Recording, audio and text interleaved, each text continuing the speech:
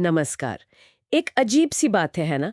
एक शब्द जिसे सरकारें कहती हैं कि इस्तेमाल मत करो, हाँ। पर वही शब्द एक पूरे समुदाय के लिए मतलब पहचान बन जाता है, ताकत बन जाता है। बिल्कुल। आज हम इसी दलित शब्द की कहानी को थोड़ा खंगालेंगे।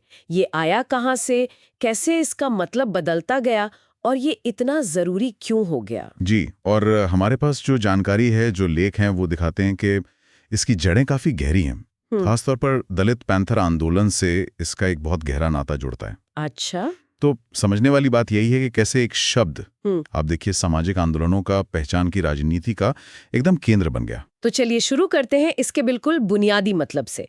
डिक्शनरी वगैरह में देखें तो दलित का क्या मतलब निकलता है? हाँ, तो शब्दकोशों में इसका मतलब है मसला हुआ, कुचला हुआ, दबाया हुआ। और हाँ, कुछ लोग इसे पुराने शूद्र वर्ण से भी जोड़ते हैं, जिसका जिक्र ऋग्वेद में मिलता है। लेकिन ये सिर्फ पुराने ग्रंथों की बातें हैं ना, मतलब बाद में भी इसका इस्तेमाल हुआ। हाँ हाँ, बिल्कुल। लिखित तौर पर देखें तो ये 19वीं सदी में साफ साफ नजर आता है। एक अंग्रेजी मराठी डिक्शनरी थी 1831 की। अच्छा। हाँ, उसमें मोल्सवर्थ ने जिक्र किया। फिर महात्मा ज्योतिबा फूले ने इस्तेमाल किया। अरे, ब्रिटिश सरकार के दस्तावेजों में भी ये शब्द आया है। अच्छा। और हाँ, प्रोफेसर विवेक कुमार बताते हैं कि ये शब्द तो बौद्ध ग्रंथ कुल्लवग्ग विनय पिटक तक में मिलता है। फिर 1920 के दशक में स्वामी श्रद्धानंद जी ने भी इस्तेमाल किया। दलितोद्धार सभा भी बनाई थी उन्होंने। तो मतलब ये शब्द काफी समय से मौजूद था, चलन में था। पर यहाँ एक पेच है, भारतीय संविधान में दलित शब्द नहीं है। नहीं है, बिल्कुल नहीं। वहां तो अनुसूचित जाति, अनुसूचित जनजाति ऐसे शब्द इस्तेमाल होते हैं। जी। और सुप्रीम कोर्ट ने भी तो कहा है कि ये असंवैधानिक है।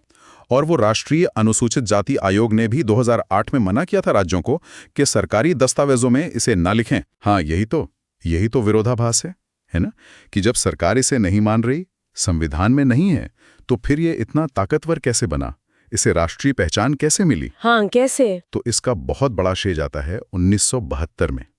महाराष्ट्र में एक संगठन बना, दलित पैंथर। दलित पैंथर, हाँ, नाम सुना है। ये वो बाबा साहेब अंबेडकर के परिनिर्वाण के बाद जो दलितों पर अत्याचार बढ़ रहे थे, उसकी प्रतिक्रिया थी। बिल्कुल सीधी प्रतिक्रिया। और ये अमेरिका का जो ब्लैक पैंथर आंदोलन था ना, हाँ, उससे प्रेरित थे ये लोग। नामदेव ढसाल, राजा ढाले, अरुण कांबले, ये सब युवा थे, पढ़े लिखे, जोशीले।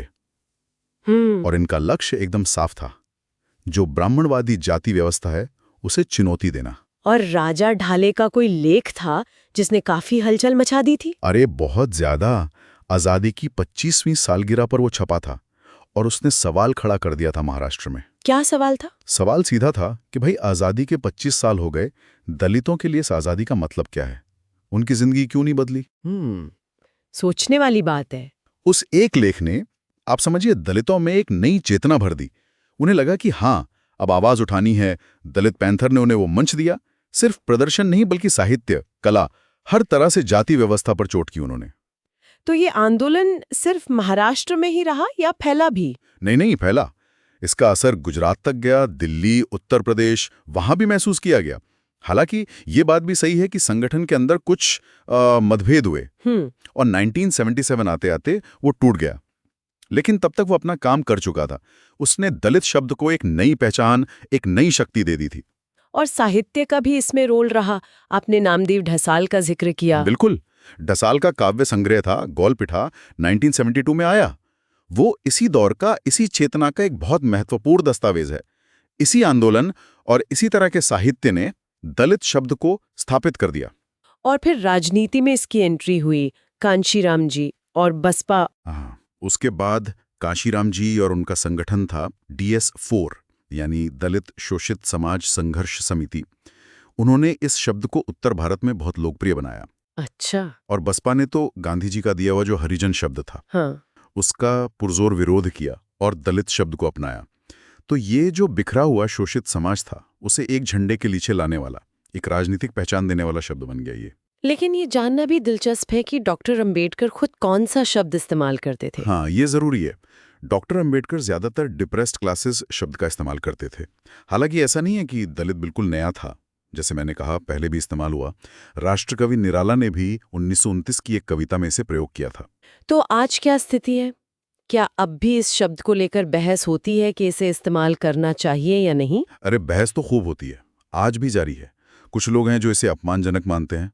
उनका तर्क है कि भाई इसका मूल अर्थ तो नकारात्मक है, दबा हुआ, कुचला हुआ। लेकिन एक बहुत बड़ा तबका है, खासकर एक्टिविस्ट्स और युवा, जो इसे संघर्ष का, एकता का, सामाजिक चेतना जगाने का प्रतीक मानते हैं। अच्छा। उनका कहना है कि शब्द का मतलब इस पर निर्भर करता है कि आप उसे कैसे देखते हैं। क्या वो आप में अपमान का भाव जगाता है या आंदोलन की प्रेरणा देता है? तो ये सिर्फ एक शब्द नहीं रहा अब, ये एक विचारधारा बन गया है। बिल्कुल, एक आंदोलन, एक विचारधारा का प्रतीक। वाकई दलित शब्द की कहानी सिर्फ एक परिभाषा तक सीमित नहीं है। इसमें एक पूरा इतिहास है, एक जुझारू आंदोलन की छाप है और एक जटिल पहचान जुड़ी हुई है, जिसे खासतौर पर दलित पैंथर ने गढ़ा। और ये हमें सोचने पर मजबूर करता है ना, हाँ। कि आज के समय में भी भाषा कैसे पहचान बनाती है या बिगाड़ती भी है। सामाजिक न्याय के लिए जो समुदाय लड़ रहे हैं, हाँ। उन्हें जोड़ने में या शायद उनमें दरार डालने में शब्दों की क्या ताकत होती है, ये सवाल आज भी उतना ही अहम है।